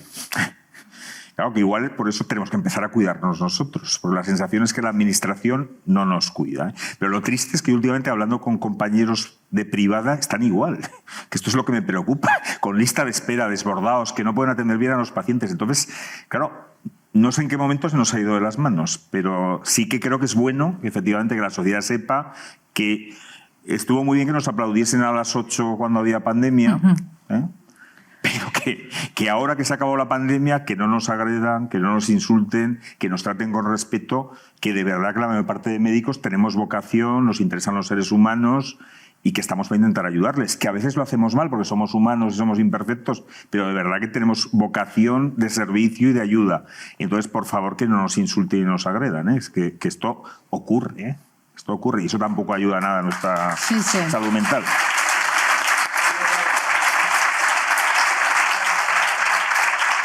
No sé si quieres añadir algo. No, perfectamente de acuerdo con lo que dice Pedro. Yo creo que desde el punto de vista de los psiquiatras, psicólogos, estamos de alguna manera éticamente obligados, además de a tener formación, a dar cuenta delante de alguien, a tener grupo de supervisión. Sí. Es fundamental una supervisión interna o externa, donde tú puedas hablar de aquello que te ha conmovido con el paciente, porque se está tratando de sentimientos y de cuestiones humanas de las que tú también padeces. Pero luego es evidente que los sanitarios, como ha dicho Pedro, pues estamos atravesando un momento complicado, hay más agresiones, como se puede ver en la prensa, hay un desbordamiento, hay mucha sensación de impotencia, uno acaba la carrera con un ideario de servicio que luego no puede materializar bien porque se encuentra desbordado. En fin, lo que ha dicho Pedro yo suscribo total. Bueno, pues muchas gracias a los dos. Me han quedado un montón de preguntas, estaría mucho más rato aquí hablando, yo creo que todos, pero tenemos que terminar porque tienen que cerrar esto. Les emplazo, la próxima sesión de Más que Salud del Colegio de Médicos será el 13 de mayo y tiene un título que es La piel tiene memoria. Así que les espero aquí el 13 de mayo. Gracias. Gracias.